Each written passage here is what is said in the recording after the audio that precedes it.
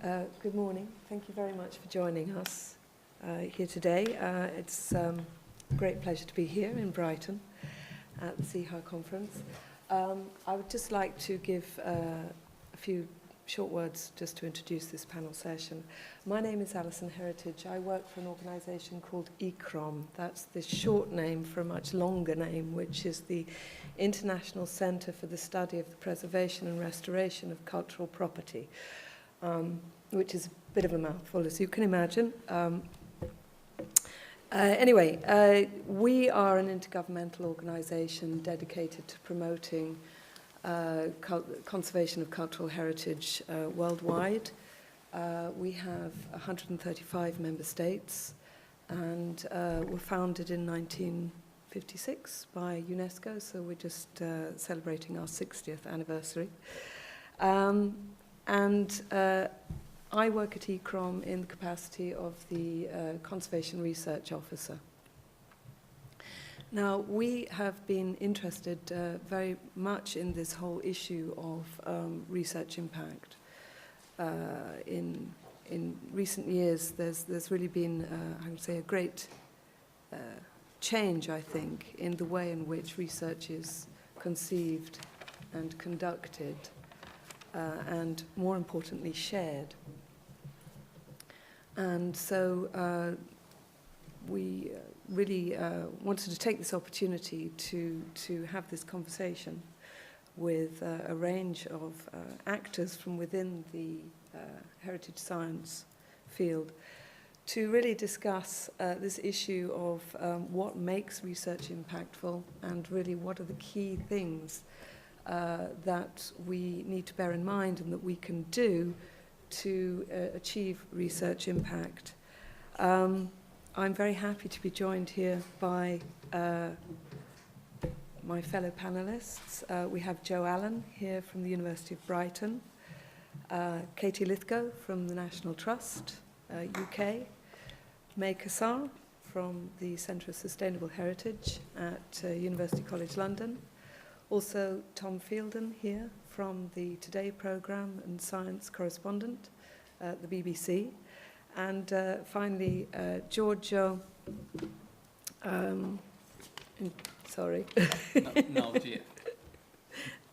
Naljev, who is a prospective doctoral student within the SEAHA programme. Anyway, thank you very much for joining us here today.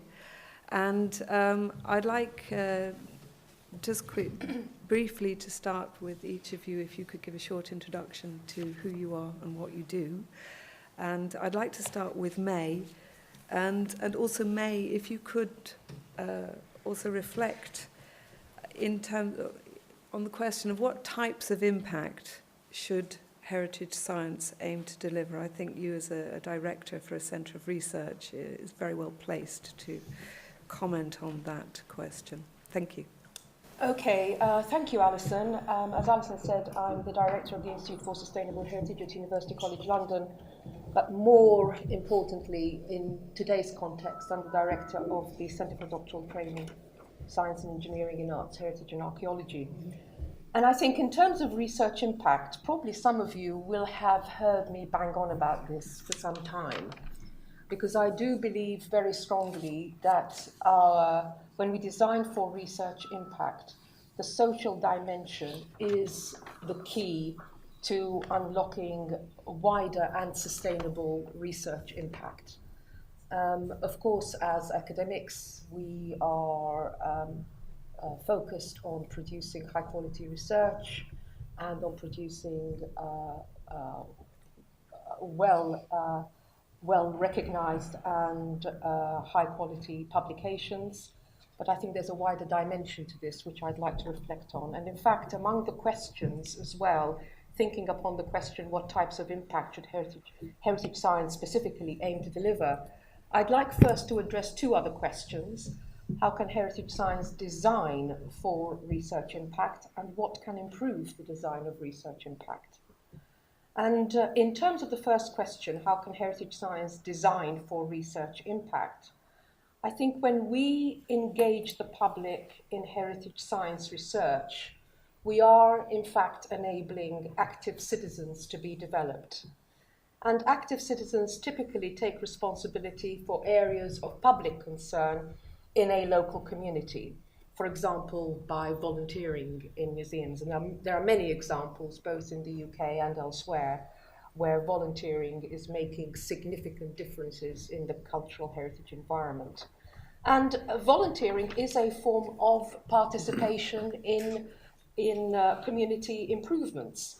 So when heritage science research engages with the public, it energizes the public into exploring heritage in a little bit more depth and maybe giving a little bit more of their time in order to develop the area that is sorely still needing resources.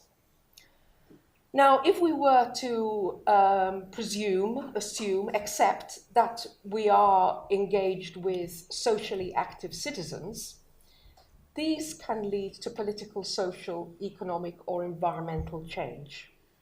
And the reason for this is that there is social capital that is being built as a result of their engagement, and that has a collective value, because when you put all our social networks together, because we have an inclination to do things for each other and to work together, and I think SEAHA is a very good example of that, then change can come about. Slowly or quickly, but change can come about. And what I have proposed in the past, and will continue to propose until somebody challenges me in this, is that a social justice vision for heritage science is one that actually is of a society that understands and values heritage, and heritage science helps to determine a better future for citizens. For example, climate change disproportionately affects poorer communities. Heritage science researches the environment. This research engages heritage sciences, therefore, directly in a social justice issue, if only we would recognize that. So what can improve the design of research impact? I think understanding that relations between the public and science are complex, despite the fact that I proposed 3 things which are really loaded, and I seem to have done it so easily, but we recognize that that engagement, that relationship between the public and science are complex. There are competing interests, motivations, and goals around public engagement. And on the other hand, on the opposite side, heritage science has its own systems, languages, discourses, and expertise, which are being developed. But it needs to go further by developing a shared meaning with the public as to what the purpose of heritage science research is. And understanding that the heritage context needs to be reframed by moving from a public engagement to a social justice discourse is one that requires some thought and some debate. So finally, what types of impact should heritage science aim to deliver? I think heritage science makes the public aware of research at a very basic level. It also suggests that the public has rights associated with heritage assets. It gives a sense of empowerment. It is fair. It also helps develop a growing identity and values. And there is recognition that the public has a part to play in a growing visibility that heritage science has and will have in the future. Now, I know the focus was on impacts that are non-academic, but of course, I can't not also mention the fact for researchers there is an impact also. The opportunities of engaging with the public for local and situated contexts. There is also a challenge in redistributing decision-making. It's not only the academics that are making the decisions or what can or cannot be done to heritage assets. We need to develop greater sensibility towards our stakeholders. And this means shared stewardship and shared protection. And the idea of sharing, which is one we use very, very easily, is very, very hard because it means also letting go. Thank you, May. I think you've made some very, I'd say, valid and very pertinent points there. Which, picking up from, I'd like now then to turn to Jo Allen and ask you likewise if you could briefly give an introduction to yourself, but also what for you is research impact as a research impact officer at the University of Brighton, and how do you work to help researchers be more impactful, perhaps in the ways that May is referring to? Thank you, Alison. My name's Jo Allen. I'm based here at the University of Brighton, and I am the Research Impact Manager here, so I work in a central research office to support researchers and the university with understanding impact. So I work in a broader way, cross-discipline, with a number of researchers in a number of different contexts. For me, I think the challenges are understanding the impact agenda in relation to individual areas of research, understanding the different contexts in the way in which we work and work with others. So I provide support in a number of different ways and through layered activities with researchers. I think fundamentally impact is being looked at in a different way and is shifting. There's a shifting awareness. But I think research and impact are intrinsic. I think they are something that work together and that have been around for a long time. Research has always had impact. It's just understanding it now through a different way and a shifting agenda. Here in the UK, we are thinking about research in terms of what both funding bodies as well as research assessment exercises are asking us about impact, and that's what's changed fundamentally for us in recent years, because we have a UK-wide assessment that asks us to provide evidence and stories and understandings of what the impact is of research and what the value of that contribution is. So it's a whole new way of looking and reporting on impact that is not new particularly to other sectors, but is new really to this sector. So the focus of it has shifted. So I work with researchers individually, in groups, and in terms of policies and training and support to understand both what we are being asked to show and also how we work together to maximise opportunities to understand the scope for impact in non-academic communities and to understand how that relates to the primary motivations about what research is and what research is in particular areas. So as a central point within the university, I try to share good practice, understand learning, to share kind of skills development and ideas for thinking about research design that incorporates impact. And we do that from a kind of both a forward-looking and a retrospective way. So we're trying to engage on a much deeper level in terms of understanding research design in relation to a broader context, who might be interested, who might want to be involved, and who can help deliver that impact in the communities or areas that are most relevant to that particular research project. And then retrospectively, we look back and track projects in terms of what has been achieved, how it's been achieved, and how we might be able to evidence and learn from that.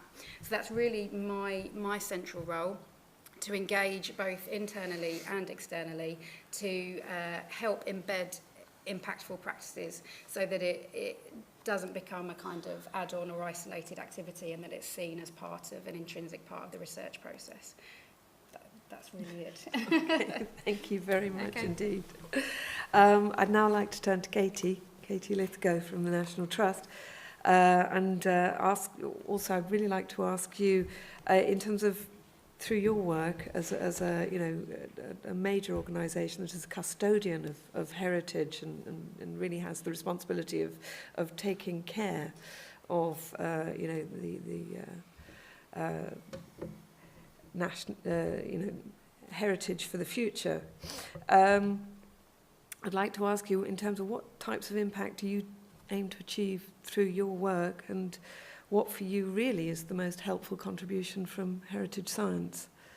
So in my role as head conservator for the National Trust, we're responsible for looking after around 350 heritage buildings that are open to the public, and between 1 to 1.5, we haven't finished counting it yet, objects that are in these houses.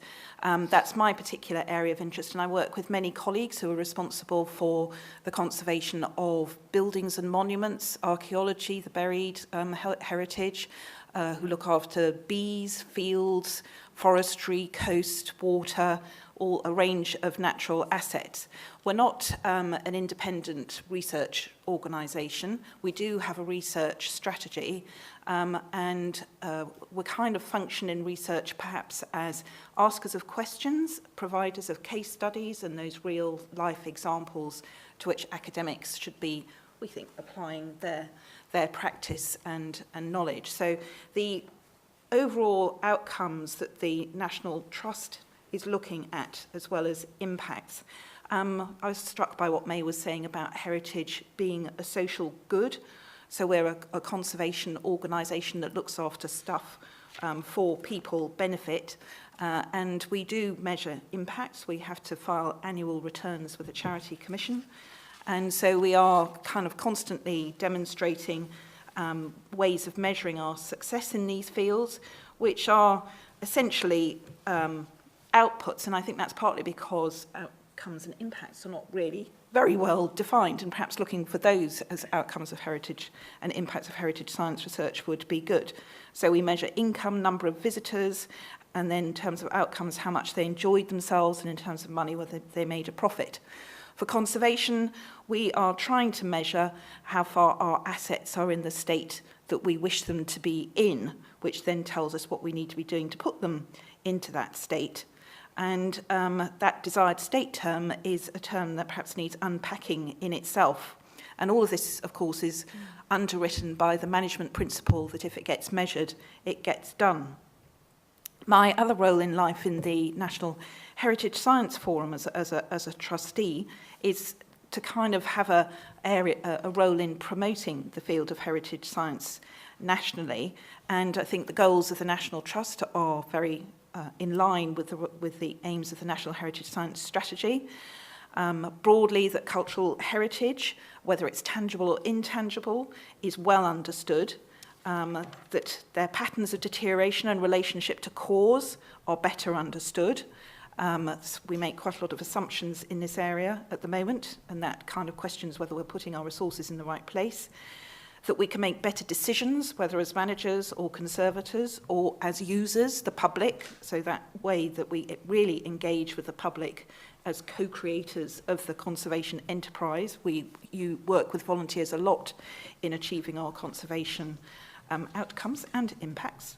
And fundamentally, all of this so that heritage can be better used, which means used in a sustainable way, since we have this intergenerational equity concept of looking after things for people to enjoy at the present without compromising the ability of their children and grandchildren to enjoy them into the future. And really, how we frame this so that it can be taken seriously by policymakers in terms of how we achieve funding to research these questions. So I just have a few broader reflections beyond that, answering some of the questions which I was asking yesterday.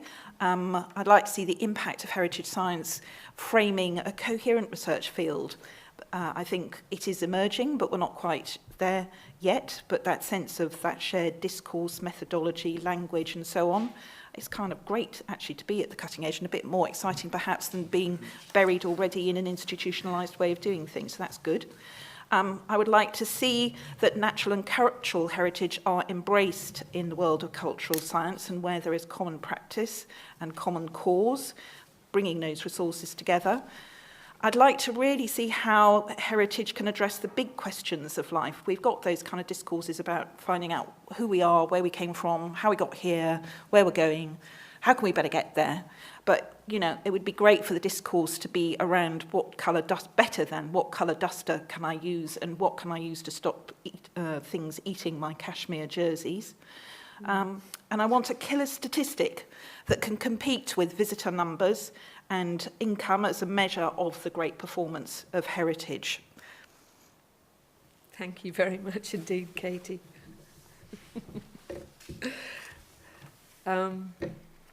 Okay, I'd like now to turn to Giorgio, and please could you introduce yourself just briefly, and also I'd really like to ask you, as a researcher at the start of a PhD, which is a very long path ahead of you, I'm sure.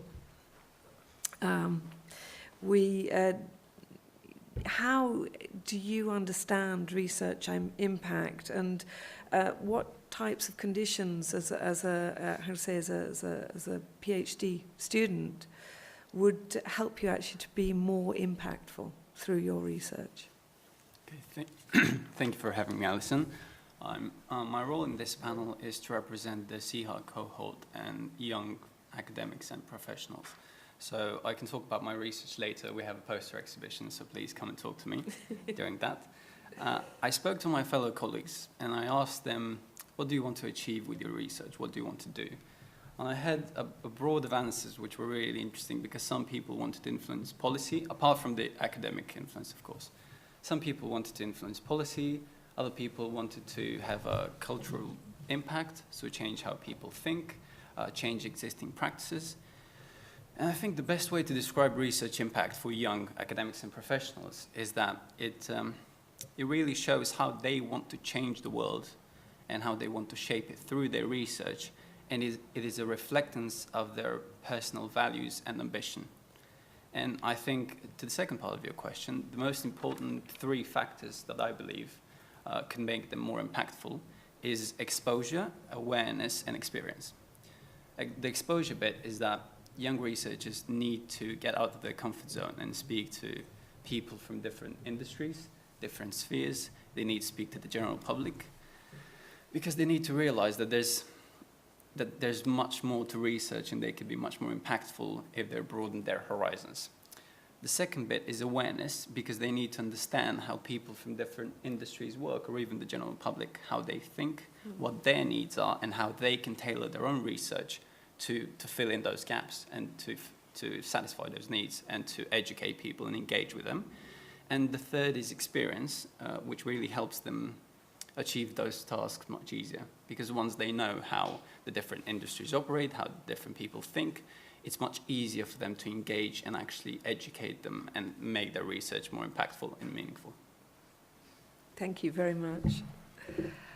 Finally, Tom, I'd just like to ask you to, in a way, reflect on what you've just heard from the other panelists, and also introduce yourself regarding who you are and what you do.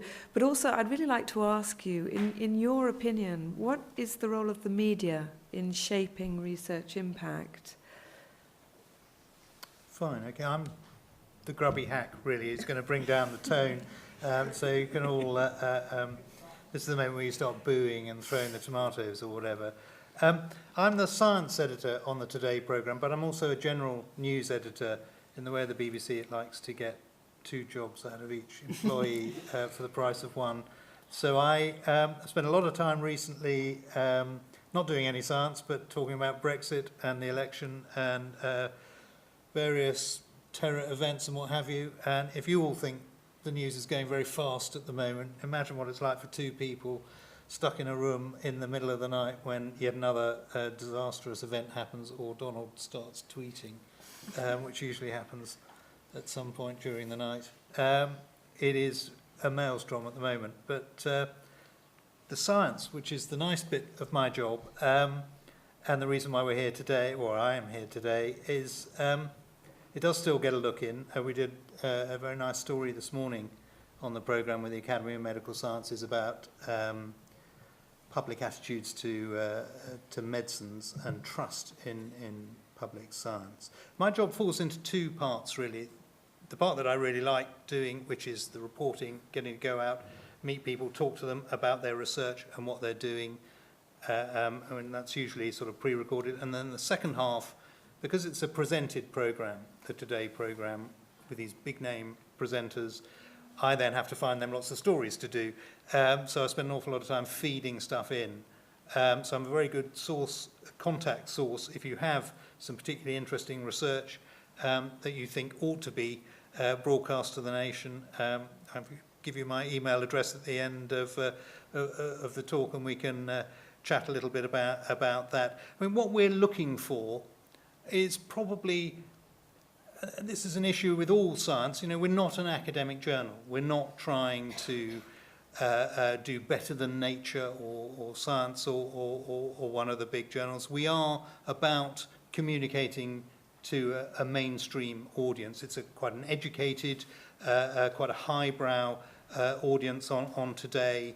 But that's, so the pitch is somewhat different than perhaps you're used to talking amongst yourselves in academia. But it'd be really interesting to talk about that. And in terms of kind of impact, well, I'll just say this first. I cover science, and that's absolutely everything, because again, the BBC doesn't like to have too many people where it can get away with exploiting one enormously. So I do everything from kind of space and astronomy to dinosaurs and you name it, medical research, somewhere in between on that spectrum, which is totally ridiculous. You can't possibly really cover all that properly.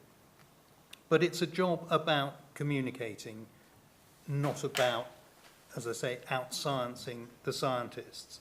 In terms of impact, the most obvious thing is that point that, you know, you produce the research and we'll communicate it to people. And that's a little bit trite, really. And I think journalists we are all a bit dim, and we do sort of duck the responsibility of what our role is in terms of thinking about it. I think the BBC are a little bit different in that they have a wider remit to educate and inform, as well as just chase the news.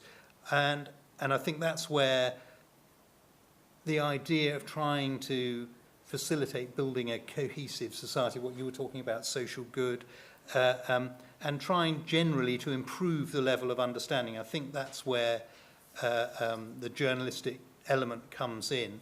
And that's a two-way street. It is both about disseminating information, but also it isn't going to come out in the form in which perhaps you're used to writing for academic journals, publishing peer-reviewed papers, that sort of thing. It is going to be subject to the other constraints that we put, which are, you know, the obvious ones about, you know, is that going to make me go, oh, I didn't know that? Is it interesting? Is it important? Which is obviously important for the Today programme.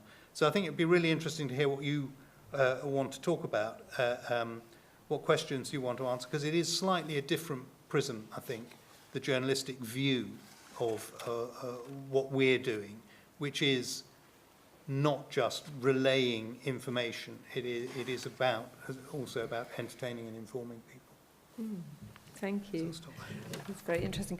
I'm particularly interested, actually, in the how can I say, the various comments that are coming up about this issue. Tom was saying about pitch and communication and working with the public, and I was wondering, actually, if I could turn to Katie, could you comment a bit further on that in terms of how well do you think, you know, within heritage we actually address that? And because I know as an organisation, the National Trust, you work with the public a huge amount, but I'm just thinking in terms of the, you know, as Tom was saying, communication is a two-way street, and it occurs to me that the more we start to communicate with broader audiences, surely that will bring in new conversations, new creativity, and in fact actually perhaps even change the sort of things that we consider important and worthy of focus. Yes.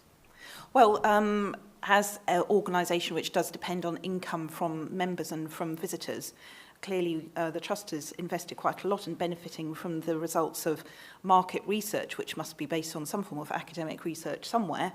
But that is primarily a marketing vision in the way that the world is viewed. And that makes me wonder whether there isn't another way of viewing the world, because whenever we do conservation, aka heritage science, because people often perceive conservation to kind of be synonymous with heritage science, that it is a kind of sciencey kind of thing to do because it involves numbers and techniques and so on. I'm constantly struck, and I don't know whether it's because the audience for the National Trust is self-selecting to be more like the Radio 4 audience, but we get a lot of people who are pretty knowledgeable.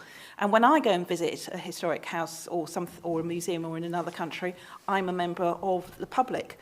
So we make a huge amount of assumptions which I think are driven from one set of marketing paradigms of the way one perceives audiences, where in fact we might be trying to make contact with people at a totally different level, which we may not have well designed and understood through research around how to.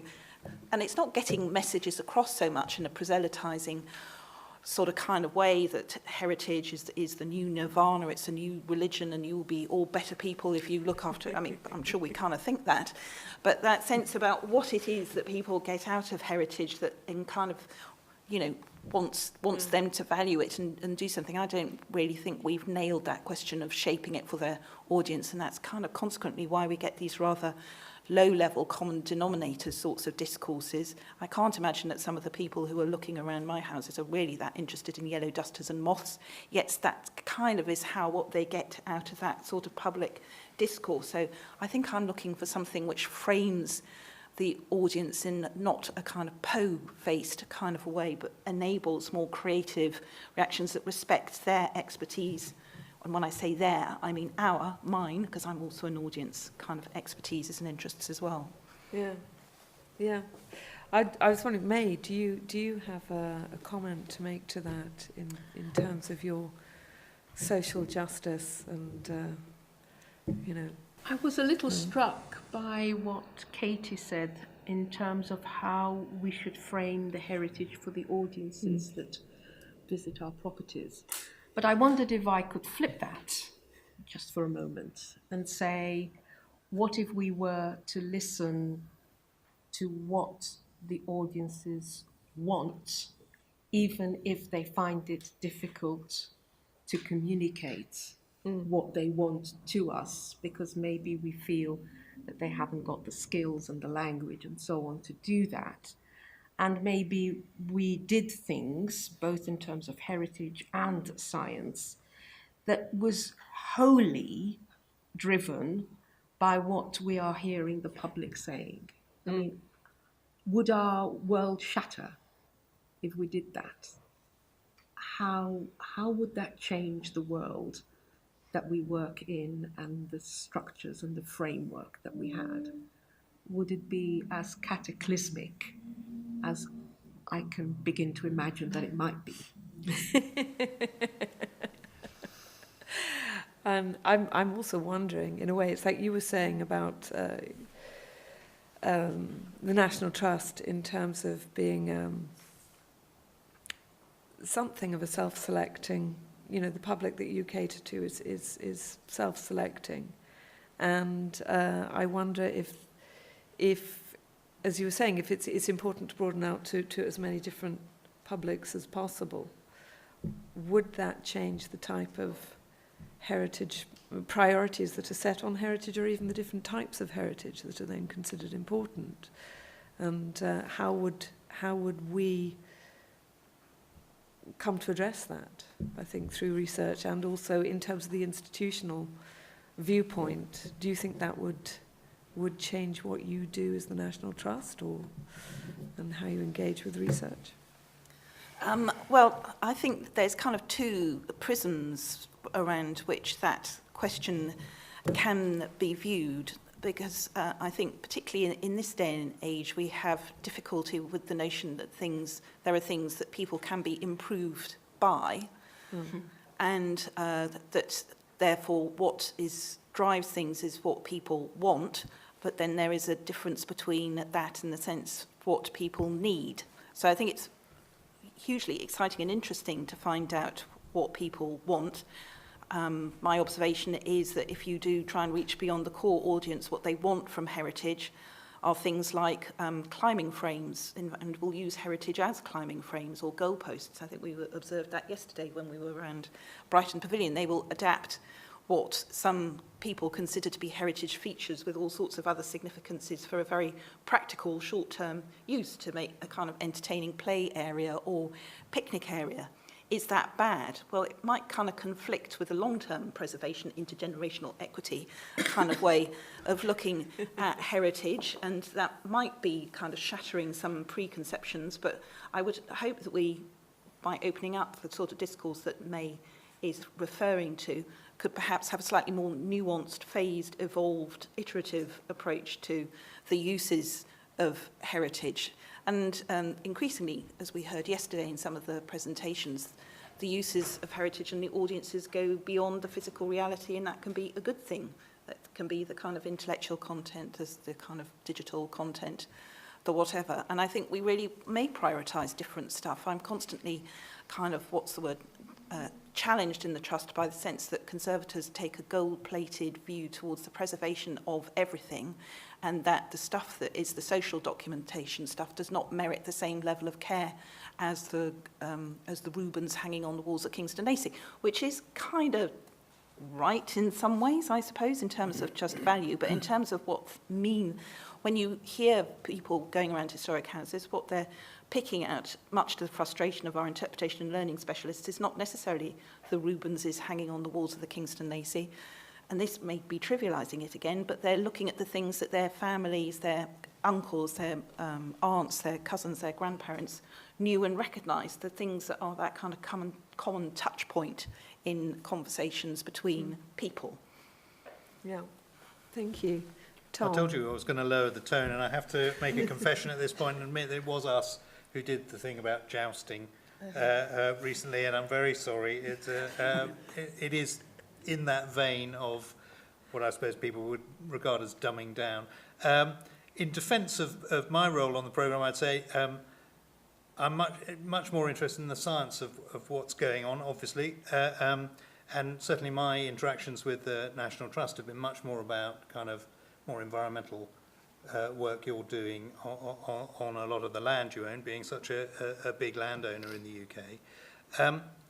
And part of the reason why I wanted to come here today, actually, was because I think it's one of those heritage sciences, one of those areas that's sort of fallen between stools, that we haven't really covered it much on the programme. So I wanted to come down and say, we are interested, really do want to know about, exciting, innovative techniques you're using to kind of restore frescoes or whatever it is.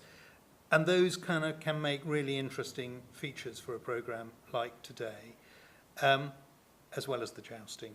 I don't know if any of you heard that and winced, but that inevitably, because it is a programme that has to entertain, and science does tend to be a poor relation on the programme to the politics and economics and foreign affairs, and certainly in the past has tended to fit into that niche of, what have the boffins in white coats done today that's really going to sort of, fill that gap. I think more and more it's coming out of that and moving into the main body of the programme, because I think, it's sort of accepted now that science is the engine of prosperity, so it gets into the economic discussion in that way, and that's part of my role, is to try and push that aspect of it, that it is central and core to everything we do, from mobile phones to all the way through to driving a knowledge economy, and so we're trying to move in that direction. There is a journalistic thing that that's a nice niche way of lightening up an idea, something that goes in between. We're trying to move away from that, but we do occasionally end up doing features on jousting, and I'm sorry. Can I ask Tom a question? Yes, of course. Yeah. You said in your presentation, you talked about communication, which is obviously what you do. You have your listeners, you have metrics, you count the number of listeners you have.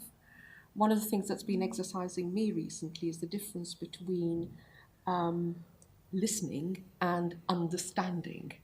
So because of your role as well in terms of entertaining and educating, how do you, if you do, measure the extent to which your audiences are understanding better the science on top of the fact that they're listening to it? In terms of, sort of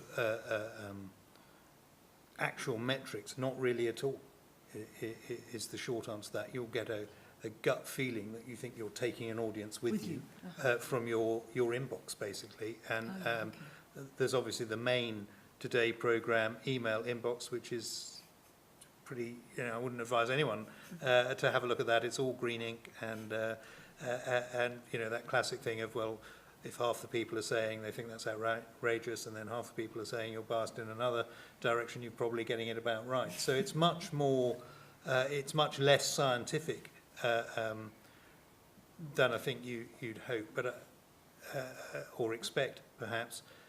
But I think you do get a sense, quite a strong sense of how people are reacting to what you're doing through that and just talking to people. The mission of heritage science is to enable access to heritage, not only through conservation and interpretation and management, but also through that conversation that is had with the public. Now, if you are genuinely serious in your offer that heritage science is something that has fallen between the cracks, this is what we now need in order to actually engage more closely with the public and generally raise the awareness of the population out there in terms of their understanding of science in general, but heritage in particular. Well, come on down, bring me the examples, tell me about the stories you've got to tell, because that's why I wanted to come here, as I said, and it is a huge, guzzling, amorphous machine, the Today programme. It's 3 hours every day. It is, and there is an appetite to fill it with different stuff. I mean, the programme is very different from the way it was a few years ago. I mean, admittedly, at the moment, it's gone back into its sort of politics and economic shell for obvious reasons, because those are the important issues at the moment. And but there is a real appetite to broaden it out, to make it a much more diverse cultural listen. So if you can unpack that black box, what are the written or unwritten criteria that you use that make a good story? It's really difficult, this, because it is the kind of thing, it when you see it. It has to be novel. I mean, to some sense, it has to be important, because it is the Today programme, and there's a high bar. You are competing against all the other stories out there to get into that 3-hour slot. But there is huge scope within that. So novelty, from my point of view, something interesting. You have to be doing something scientific. I love machines that go ping. Any kind of new tech you've got is always very exciting. And again, it's a radio programme, so it helps if it makes a noise. Or at least we can get, I don't know, brush strokes or something like that to add some sound effects.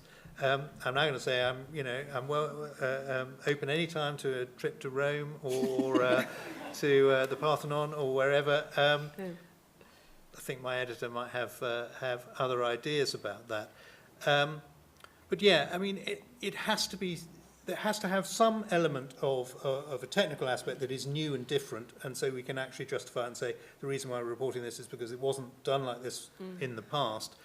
And then it has to be something that you think is engaging. It has to have a wider resonance, that it's just interesting and fun as well. So it's linking the innovative with the narrative, with the It's very amorphous and difficult to pin down, but I think I'm sure you I thought I'd ask you a different question. Absolutely. Well, but I'm sure you know it when you see it. Yeah. And it's what catches your eye in a paper. Sorry, can I ask a quick question? Yeah, of course. You mentioned entertainment twice, and that really interests me because I think that's also a big risk, especially for science and for our kind of research, because I think sometimes when you try to make a story entertaining, the focus kind of loses. Sure. And you can almost convey a different message by making it entertaining. So what I want to say as a researcher might not be the message that gets across to the public. And I think so how do we engage with media to ensure that our message gets across in the way that we meant it to? I think you have to understand what you're getting into when you approach a newspaper or the Today programme or something else. We're not an academic publication. We're not about, as said earlier, we don't want to compete with Nature in terms of it being a very bespoke, scientific, academic product. It is much more about communicating with the general public, as I say, quite a high pitch in terms of the Today programme, but it is, you are talking, I don't want to say talking down, because I think the trick is not to talk down to people, but it is explaining to a lay audience what you're doing and why it's interesting and why it's important. Obviously, there are pitfalls in that, and they usually, I mean, medical science is the obvious one where the pitfalls sort of come to the fore because it's important, because it's about people's health and well-being. And you can get, whether it's coffee is good for you or bad for you, you can take your pick on, is it Tuesday or Wednesday? On Tuesday it's good for you, and on Wednesday it's bad for you. The same goes for red wine. And you can fall into those traps with journalism. What are your tips? But I would say that's bad journalism, and you need to and also, I mean, one of the things we do a lot of early science, particularly in medical research. So I do a lot of studies which are about, we looked at one this morning which is about trying to develop a vaccine for instead of antibiotics, which is still in early stage work. It's in mice, and they're just about to go into phase 1 trials in humans. And I think that's really interesting, because you are getting to the point where some really interesting science is now about to start in humans. But if we spend 3 minutes talking about that, and I would say till I'm blue in the face, this is work in mice, it's very early stage, the first thing that happened is the phone will go and someone will ring up and say, well, where can I get it? And it's like, did you actually hear what we just broadcast? You're not going to get it for 10 or 15 years. And that's always the thing, you end the piece by saying, so when's it going to be in the shops? When's it going to be, on a prescription coming my way? And the answer's always 5 or 10 years. Yeah. And I don't know how you get round that, because particularly, again, when you're talking about health, there's a desperation there that people want it to be something more advanced than it is, and they tend to hear what they want to. So you have to be quite careful in the sense about Yeah, offering you have panaceas. to be very careful in the way and you present yeah. it. And that's part of my job, is to try and bridge that gap between the pure academic, unsullied data and making something that people will actually still be listening by the end of the piece. That's the job. But I do think this also fits very much with what you were saying about, science being fundamentally important for human development, human progress, and is also, like heritage, a social good. But that its impacts are very indirect. They're long-term. They can be quite diffuse, particularly, I think, in sectors like the heritage sector, where it's also very transdisciplinary. I think in fields like health, it's much more direct, much more clear pathway through. But certainly within heritage, it's more complicated. Do you want to say something to that? Well, Katie? I just wonder whether it's just a difficulty in the way that we seem to have in kind of framing the case, because I can't think of anything more relevant at the current moment in time about the politics of heritage and identity and what heritage means for people understanding who they are. And we're seeing even now the kind of results of those things coming into conflict, but perhaps we're not addressing those right questions. I don't know whether there's a massive amount of furniture moving going on stage left, but it's kind of very odd concatenation of noises. But I'm kind of aware that other sorts of science fields do have people who are dedicated to the job of communicating their kind of science. And the reason that Tom will have been hearing from the National Trust a lot about nature is because the Trust is making an actual pitch at the moment to say we own as much and more natural heritage than cultural heritage, and there is a case that's being made that there are more burning platforms for natural heritage than there are for cultural heritage. What are the burning platforms around cultural heritage?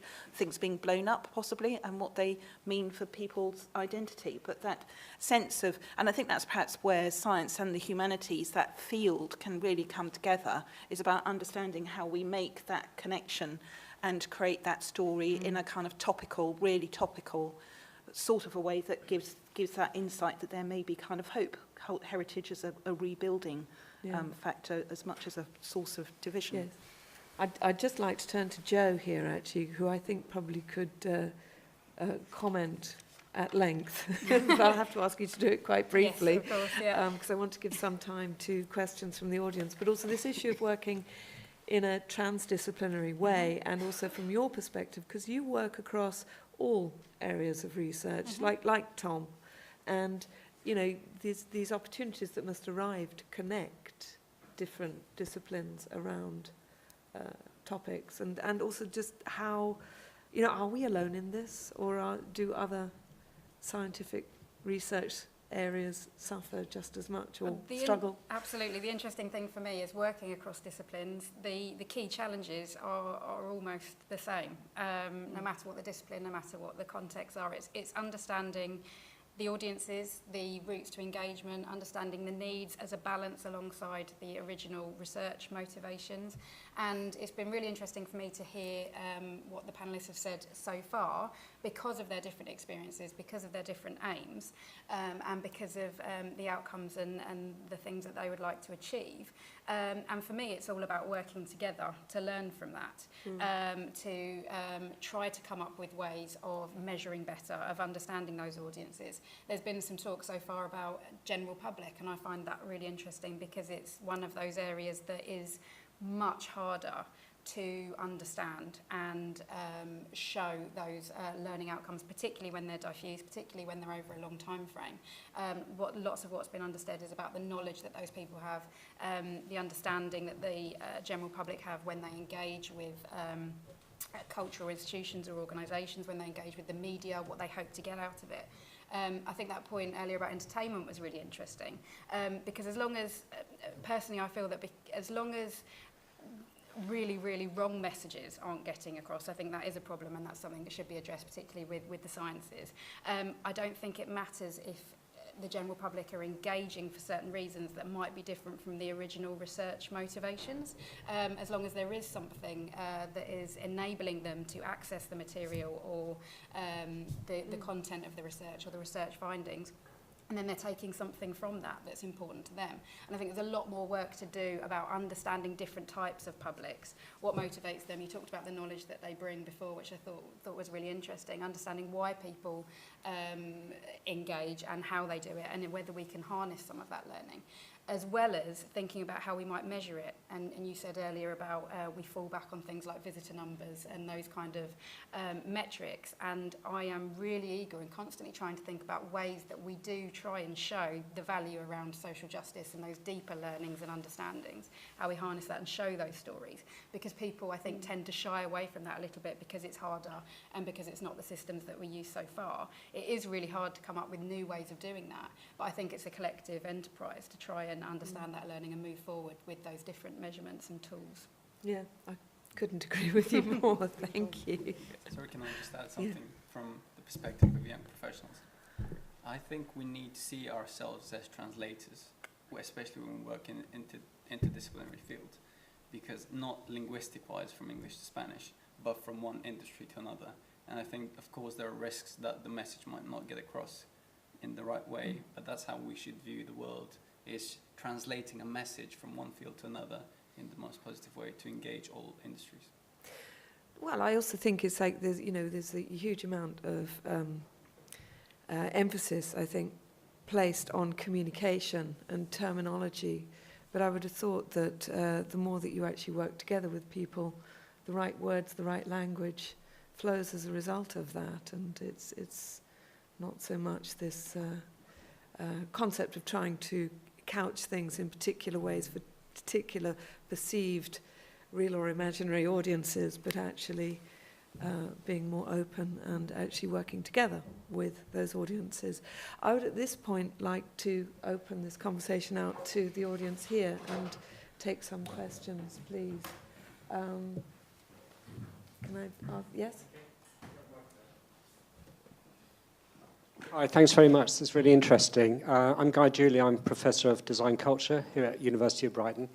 I'd be really interested to hear from the panel about their view, not on impact per se, but on co-producing research. Because it seems to me that the impact agenda encourages a bit of a one-way street in terms of, research happens in academic institutions, it then gets communicated to publics. Whereas when we're talking about co-production of research, is where you are getting together with perhaps non-higher education or non-academic stakeholders and actually building the research questions, building the kind of focus together and working together in the production of that research. Now, there's all kinds of problems with that. I've got some experience of that, having run an HRC program 2 years ago where we ran 5 projects which engaged design and sociology researchers with co-housing groups, with youth coder groups, with all kinds of other stakeholders. What immediately appeared in this was several problems. One is the different temporal regimes in which stakeholders and HEIs work. There's different expectations of the speed with which research might happen and the kinds of outputs which might take place.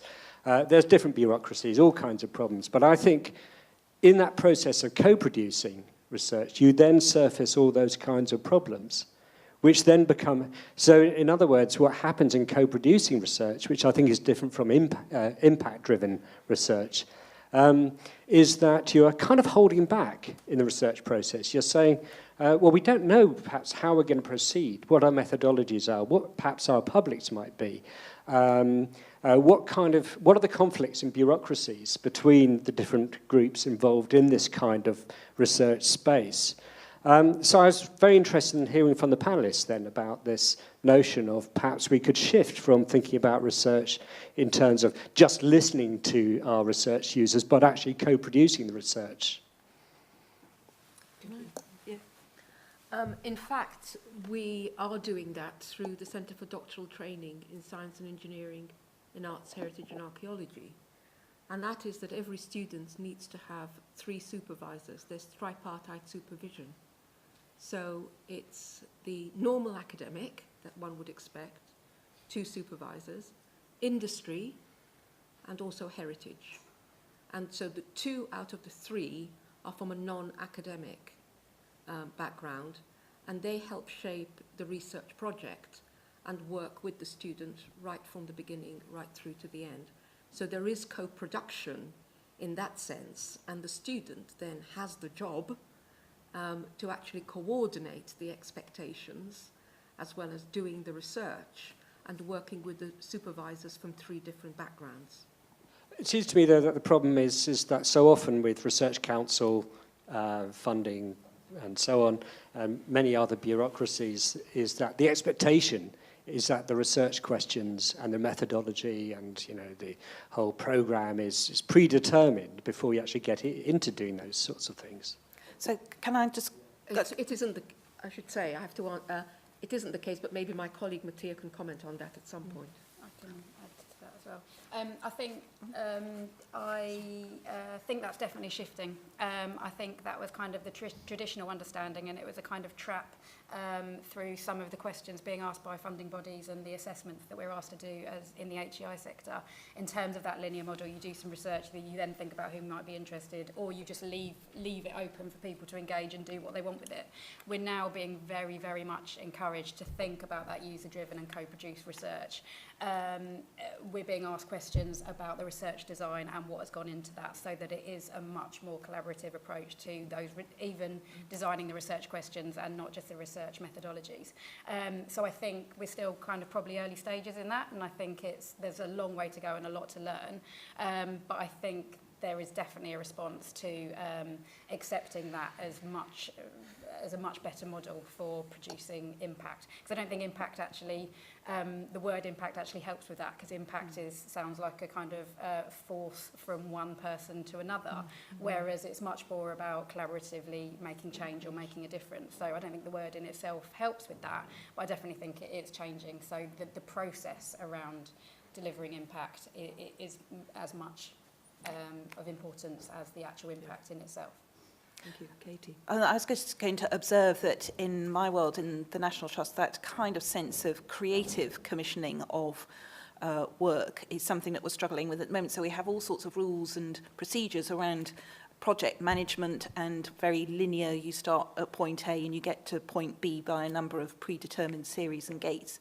But how that allows for that process of exploration to actually challenge what the precept is that you're going into that whole project design with, and that enables you then possibly to change direction and frame a completely new business case. That flexibility isn't yet in our ways of working, and there may be something to kind of unpack about that creative commissioning process where you're not even certain what your research question is before you start off. It's, you know, that you've got a question that you want to ask. Thank you. I'd like to take another question from the audience. Yes. Yep. First of all, could I just ask Tom, how would your editor feel about you doing a trip to North Hampshire? Because I have something that might be of interest to you. But I actually really wanted to expand or comment on what Katie said about her audience being self-selecting and Radio 4. My audience is actually not so highbrow, because I work at the Royal Armouries in artillery, and artillery's sort of got more of a working class element. And I've noticed that where I worked in another museum with clocks, the audience is definitely different. And I find that quite interesting, that the difference in audience and the perceptions. A lot of my visitors sort of want things polished like they were in the military. And we have to sort of make almost a bit of a compromise as to keeping it within ICON sort of conservation standards and giving the public what they expect as well, which I think is quite interesting. So I sort of have... yeah, I mean, that's basically... Yeah, well, I would just share that. And in fact, I was talking to my colleague Heather Viles only yesterday about the project that she's doing at been helping with at the Vine, in that the way in for this kind of frustrated, silent male mass is being the concept that you can smack heritage with a hammer, and that is not necessarily a bad thing, and that suddenly gives people a way in who may not be turned on by kind of embroideries and other stuff. So yeah, I think it's really kind of a broader understanding of what's important to people. Depends on the heritage. Yeah. Well, just on your hit it with a hammer, we do have to get some things quite hot and we use the expression a technical tap. Yes. And sometimes that tap needs to be quite hard.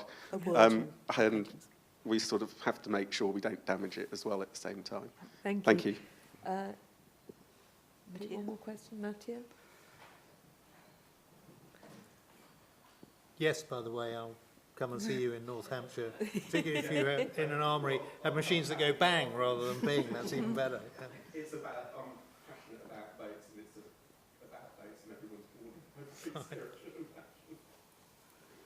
Well, thanks a lot. I'm Matthias Sterlich, UCL Institute for Sustainable Heritage, and until about 5 minutes ago I thought I was wearing 2 hats. Now I know I'm wearing 3. I'm what may just call the normal academic, and that's heartening. But I'm also the Deputy Director for SEAHA, so it's a really interesting roundtable to me as the Deputy Director. The third hat that I'm wearing is that of the ICON Heritage Science Group Committee Chair, and I'll speak about that a little bit later. I think that what this roundtable really managed to answer is Katie's question of yesterday, whether heritage science is a field or not. And I'm really happy that nobody said that this is a small field or that we are very few and we should be, sad about it and we're not achieving a lot, because after all, there's 50 people or so in this audience instead of in sunny Brighton, and that's very heartening. And I think we're also developing the shared discourse that the discipline needs, and I think that demonstrates that we are developing a field here. Particularly in Brighton, at this conference where the team has achieved, particularly yesterday, the merger of so many different topics that were weaved into a program so very, very well. And I think I'm also heartened by the fact that no one, that the academic discourse and the thirst for knowledge was given a nod here, because that's a real field where impact is necessary for any scientific discipline in the first instance. But what I find unusual is that the person who said the word industry most at this roundtable was our student, Giorgio. And I think where this field needs to demonstrate stronger impact is with industry. We've read the industrial strategy of the UK industrial strategy. We need to show how heritage science is going to support it, because it's absolutely essential for any scientific field to close the circle of knowledge and value creation. And I don't think we're doing it as much as we could in this field just yet, because if our 60 PhD students are going to be successful, they need jobs. And the jobs will probably not come in the public sector. They will be created in industry. And we need to take care of that, I think. And what heritage science uniquely can do is develop skills that other fields of science perhaps cannot. Those transdisciplinary, translational skills, perhaps, where our students, I think, excel at. And with my other hat on as the Icon Heritage Science Group Chair, I think I'd like to just bring to everyone's attention that we will be distributing a questionnaire in a couple of days, looking at what the big questions of heritage science might be, so that we move on from the colored brushes to what the really deep questions are that define this field and move away from more monitoring. Thank you very much, Matthew. I'm afraid we're just about running out of time. However, I'd like to thank everyone on the panel very much indeed for joining us and participating today. I'd like to actually turn the last words over to Tom. I think to ask you, as a correspondent who will be going back to London and hopefully will be engaging and writing more heritage science stories in the future. For you, what is two things? What would be the take-home message for you yourself, and also have you any message for the rest of us for the future? Well, I was really pleased to be invited, and as I say, I'm really interested in finding out what it is you're actually doing, and what we might be able to do on the programme. Up to now, I thought impact was all about when I got a note from the Medical Research Council press officer saying I didn't mention the Medical Research Council when we did their story last week, because that's the way they count impact, how many times they get their name mentioned on the Today programme. And I think that's a rather narrow metric.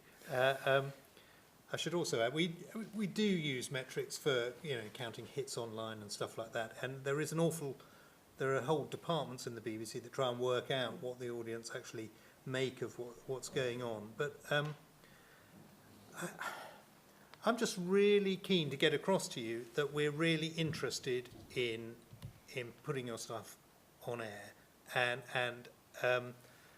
but it is within that competing framework of all the other stuff we're trying to put on. The programme is very interested in broadening its horizons, and I think it's fascinating that there are so many people down here talking about impact and heritage science, and as I say, I'll be on a train to North Hampshire as soon as possible. Great. I invite you to our poster session. Yeah, I'll come there as well. Great. Well, thank you very much indeed, and thank you to all of you. Thank you for asking.